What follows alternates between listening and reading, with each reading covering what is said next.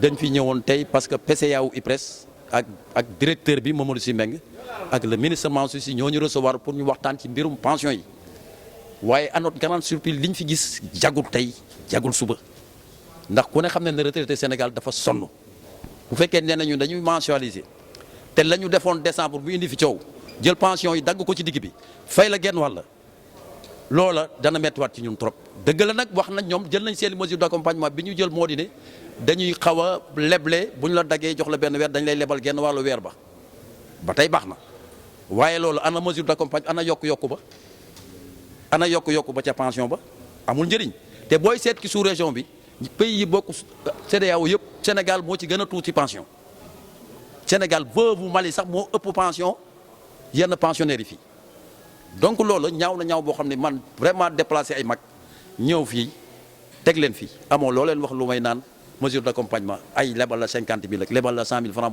moitié pension loolu indi bu ñu xam nga lu ñu bëgg ñu yokk substantiellement les pensions fay nit ñi ñu mën a gis seen bopp ñun loolu la ñu gëm.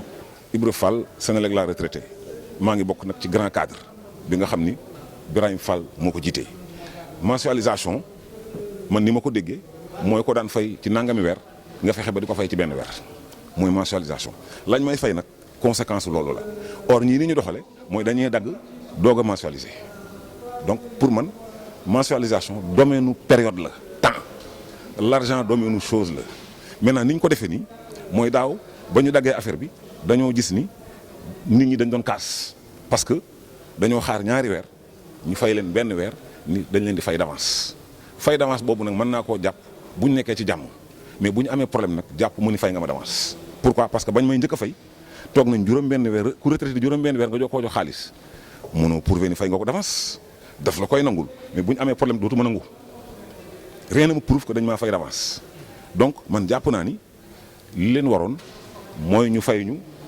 ca novembre ba mais yokk ko aussi c'est ça la mensualisation parce que objectif mensualisation du dagg weer bi salaire bi objectif bi mooy man mii ni retraité ñu fexe ba ma am dund boo xam ne dund bu normal la li ñu cay indi nag mooy nga yokk fexe ba weeru dee ñu koy jot parce que mensualisation dëgg sax buñ toppoon bu baax li ñu ko mën a expliquer mooy intégralité pension bi nga mën ko fay ci weer loolu mensualiser la mais fi ñu toll nii man jàpp ma ni sax mensualiser nañu. Le domaine de la mensualisation, vous savez qu'aujourd'hui les retraités à quelque niveau que ce soit, ils ne sont pas du tout contents.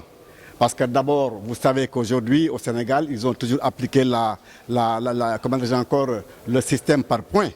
Et vous savez que le système par points est un système qui a été aboli depuis longtemps par rapport maintenant aux autres pays. Et je vous dis aujourd'hui que le Sénégal, c'est le seul pays aujourd'hui qui reste maintenant sur la bimestralisation, alors que les autres pays de la sous-région, ensemble, aujourd'hui, ils sont quand même à l'ère de la mensualisation.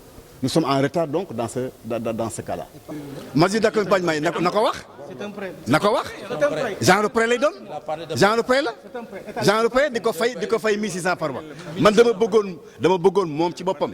man daal bu mënee ne ak IPRES ñi nga xam ne lu toll ku ñuy fay quand même tous les 2 mois nañ la ko fay au moins 1 mois et demi par weer. boo amee 100 000 francs am 115 000 francs par mois nga ñetti jàpp ci waaye mesure d'accompagnement dara leeragul. dafa leerul kon boog ñun comme loolu leerul ñun ci suñuy bët ci ay mag lañu ci ñëw tabax réew mi am naa ci yaakaar ne loolu ñun daal vraiment waaw.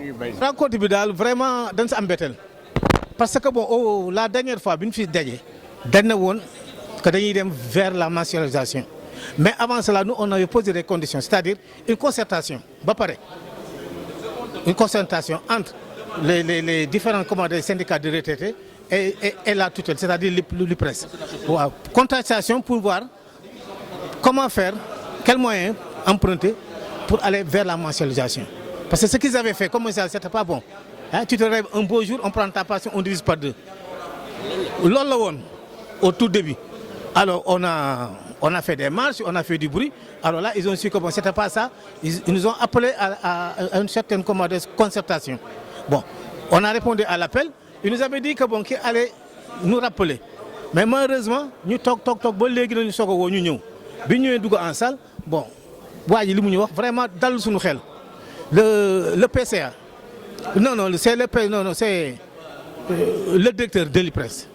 Moi, je wax kii bi quoi modalité bi ñu koy fay ak affaire yooyu parce que là actuellement nee nañu ñoom li ñu arrêté mooy qu'on aille vers ñu dem si kii bi mensualisation bi mais bu leen si mensualisation bi léegi par exemple lu leen jox ñu diviser ko par 2 et à côté maintenant par exemple si tu as 100 000 francs il te prête 100 000 francs donc tout ça c'est mesure d'accompagnement pour que les premiers mois là ne soient pas tellement lourds vous comprenez les 100 000 maintenant tu les payes toujours pour soulager un peu les retraités il l'étale sur 30 mois bon waaw sur 3 ans non sur 2 ans et demi 2 ans et demi waaw c'est 36 mois ça nous arrange pas parce que bon léegi on te dit que bon on te donne 2 salaires l'un c'est pour toi l'autre tu le rembourses après mais à la fin quand tu auras fini de rembourser tu vas te retrouver avec quoi avec ton salaire indiciaire il y aura pas d'augmentation nous c'est ce qu'on refuse.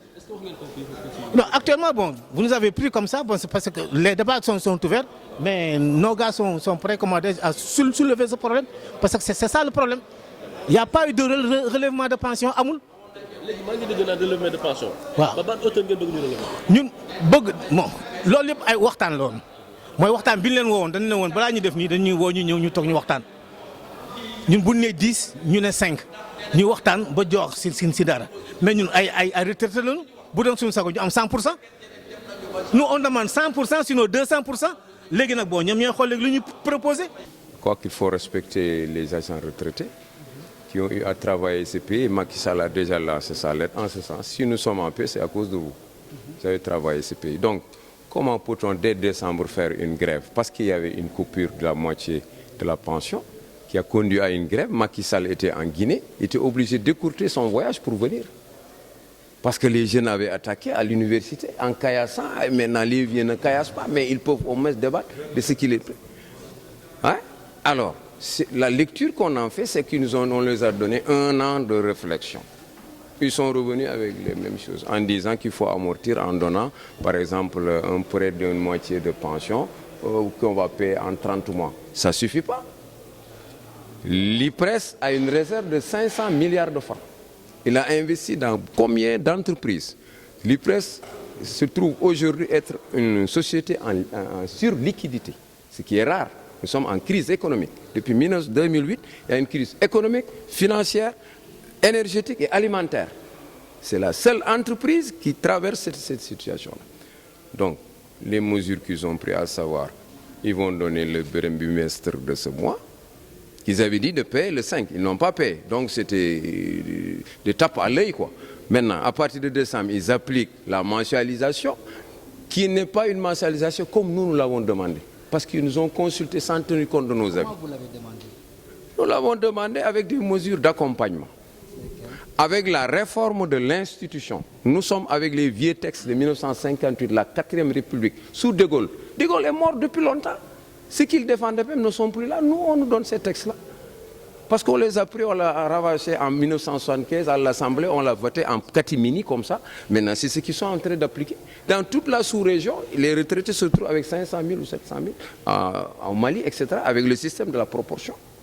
Eux, ils continuent de faire. Nous avons dit, unifier au moins la caisse de sécurité sociale avec les presses. S'il y a des fonds, nous, qu'on vous demande et que vous n'avez pas. Le mode de gestion aussi est autocratique. En matière de management, les leaders là qui dirigent les entreprises, en général, les entreprises dépendent de la tête des personnalités qui les dirigent. Aujourd'hui, on voit beaucoup de choses qui sont nébuleuses. Des gens qui touchent 10 millions, etc. On voit le directeur tel, son fils a détourné tel. Bon, on voit que des gens qui sont dans la gabégie. Par exemple, vous voyez un balayeur qui a 300 000 francs. Par exemple, un dactylographe, 362 000 francs. Vous voyez un chauffeur, 380 000. Mais on ne comprend pas et les gens n'arrivent même pas à avoir 80 000. Audit social, financier et personnel de l'IPRES. En nous donnant la fiche technique. Parce que s'ils font l'audit, ils prennent la fiche technique, ils donnent ça au directeur, le directeur peut aller se les corrompre. Pour leur dire ne sortez pas ça. Quand on nous donne la fiche technique provisoire de l'audit, moi je suis spécialiste de l'audit, je suis master en audit. Mais je crois que c'est que maintenant ils vont le cacher et faire ce qu'ils veulent. On nous donne ça et on suit le dossier. La mensualisation. Hein? Et la mensualisation. Non, je dis audit social et financier. C'est audit va voir l'ensemble des avoirs que l'IPRES a. Va voir l'ensemble des investissements. Toutes les entreprises où l'IPRES avait investi et qui ont fait échec. L'USB, la BNDES, les sociétés de logement, l'ensemble des terrains qu'ils ont achetés. Finalement, s'il y a une nébuleuse, c'est comme s'ils géraient des enfants, quoi. On leur dit d'être présents au conseil d'administration pour débattre de ces sujets. Ils veulent qu'on en débatte comme ça, terre à terre. Avec... Restez sur place. Restez sur Terre à terre, non, je suis sportif, je ne peux pas tenir comme ça. Je bouge quoi, je bouge. Je fais des 10 km de fait. Non, je ne suis pas resté tranquille. Un watt de quoi, c'est lui qui nous a éduqués quoi. Tu comprends? Donc je vous dis une chose encore une fois, que ces gens-là se fichent déjà. Ils convoquent les gens à 8h, 9h30. Ils attendent jusqu'à 11h, 13h. Des vieux qui ont la prostate. D'autres qui ne viennent pas. D'autres qui n'ont pas mangé. D'autres qui ont un problème de ventre. Ils viennent d'un ballon, faisaient le mal. Mais c'est quoi ça? C'est réel. La politique du gouvernement est en deçà des attentes de la population. Il faut incarner les aspirations du peuple sénégalais. Dans toute la sous-région, les pouvoirs en place, nous ne pouvons pas peut-être les aduler, mais dans toute la sous-région, la préoccupation de ces pouvoirs, parce qu'ils savent que si les vieux-là ne sont pas contents, il y a l'autre du content. Bon, on est en train de... Quelle est la politique sociale à asseoir? Il faut la tripartite. Le patronat, l'employeur et l'employé, plus le gouvernement, ils se mettent à table en présence des intéressés. Ils mettent sur bien un code de conduite, une feuille de route qui permettra à terme, dans 10 ans, de ne plus voir des vieux qui sont là-bas. On avait demandé démission de Macky Sall. Les vieux qui vont jusqu'à demander la démission, c'est parce qu'ils en ont marre.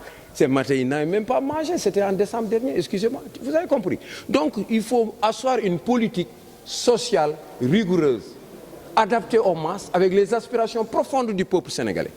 Waaw xam nga ñoom dafa xaw mel na dañu tax gaynde gu tax lañu quoi parce que ñëw nañu fi décembre salle bi tàng carrément xoolal disposition bi ñu def dans chaque association il prend un gars les associations qui sont avec eux ils lui amènent 20 gars c'est pour nous dominer mais moi je les ai dominés parce que dëgg amul ay fukki nit pour mu am dañuy wax dëgg rek la dégg nga bon on attend décembre décembre même pas 8 mois ils reviennent avec les mêmes propositions pour dire way yokkal nañ leen rek abal nañ leen moitié de mois ngeen fay ka en 30 mais ça suffit pas mënoon nañu wax yeey kaay leen ngeen am ay kayitu kër yu ngeen amee ngeen di def seen ay construction ñun ñu dimbali leen si prêter leen xaalis dégg nga li ma la wax léegi le jeune le pas là qu'est-ce qu'il a dit mu ne waaw dañu bëgg ngeen jox ñuy liggéey le président du conseil d'administration ou bien l'un des membres répond mu ne à départ volontaire ngeen ce qu'il a dit c'est départ volontaire. On ne veut pas de départ volontaire. Le départ volontaire, donc départ volontaire de solution au problème. La solution au problème, moi créer une centrale d'achat. Nous avons 3 milliards. Nous avons une centrale d'achat. Chaque mois, nous avons ce bulletin de paye, de pension. Nous avons le 7e calme. Parce que c'est une préoccupation. Nous avons fait ce qu'on appelle une banque de l'IPRES qui permettra de cette pension comme garantie.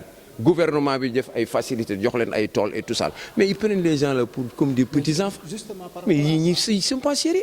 Regardez cette venterie, riba, mais ils ne Excusez-moi. Par rapport à ça, nous avons avancé des mesures d'accompagnement. Des mesures d'accompagnement, le mois d'octobre, nous avons fait comme 2 mois. À partir de décembre, nous avons appliqué mensualisation accompagnée d'1 mois, c'est-à-dire une moitié de mois. Parce que 2 mois, on met le gain mois, on fait que 30 mois. Mais l'ol du dara, l'ol moy calmer len, tok len ci ngounouli, du ngeen ki xamu len. Mais pas eu jang rek ñoo nek fi. Des cadres. Mais moi j'étais aux Nations Unies 30 ans. J'ai fait le tour de tout le système des Nations Unies. C'était pour défendre la cause des pauvres et des opprimés. Au Breda, à l'UNICEF et tout ça, donc nous me canaliser. Nous organiser la division du peuple. Ils ont divisé le peuple. Et puis une association, il y a une association, 20 ñoo. Mais pour nous réunifier IPRES ak caisse de sécurité sociale. Mais wax naa leen ko nee na ñu ngi si tax ñu ngi si parce que xam nañ ni xaalis bi ñu leen laaj pour mu gérer wu il faut ñu def loolu. Il faut ñu réformer IPRES. IPRES bi dafa amatul sens sax dañ ko war tëj teg fa un conseil provisoire ce qu'on appelle il y a comment je l'avais appelé un truc de quoi un conseil provisoire comme ça quoi je l'ai dit l'autre jour mais c'est des textes vieux qui gèrent l'ancien esclavage avec la société des ouvriers yi nekkoon ci entreprise yi mais ñoom ñu leen di gérer tubaab bi colon la woon ba en 58 il y avait la colonisation la 58 est passé De Gaulle par la motion de censure, je veux dire le référendum, il a quitté. Il reste les textes de De Gaulle ici. Nous suggérons. Mais il faut dépasser. Parmi les textes, qu'est-ce qu'il y a? Nous avons une décision sans avoir en concertation. Pourtant, ce n'est pas ce qu'il faut. il se concerte sans nous et man mi fii maa leen tane parce que man FNR am naa fa xaalis fonctionnaire la woon avant ma jël fii 10 ans rek laa travaillé comme non fonctionnaire ñu fay ma fii 10 ans yi def ko IPRES yéen ñëpp vous êtes des cadres de l'IPRES ëllëg. 11 heures c'est de l'impolitesse les cadres les dirigeants d'Afrique là dañu réew te ñi dañu réew seen bàyyi toog fii ñu toog di waaye ak seen kol riba yooyu ah. Pape Mbagnick Soumaré. Je suis conseiller d'éducation populaire de métier. Je suis expert des Nations Unies pour le développement et je suis master en audit social, master en politique de audit, les entreprises. J'ai fait beaucoup de formations. Je suis fondamentalement nag éducateur de mon peuple. bu dee yar peuple rek ba nu jub pétrole bi bu ñëwee jëriñ ñu loolu suma liggéey la.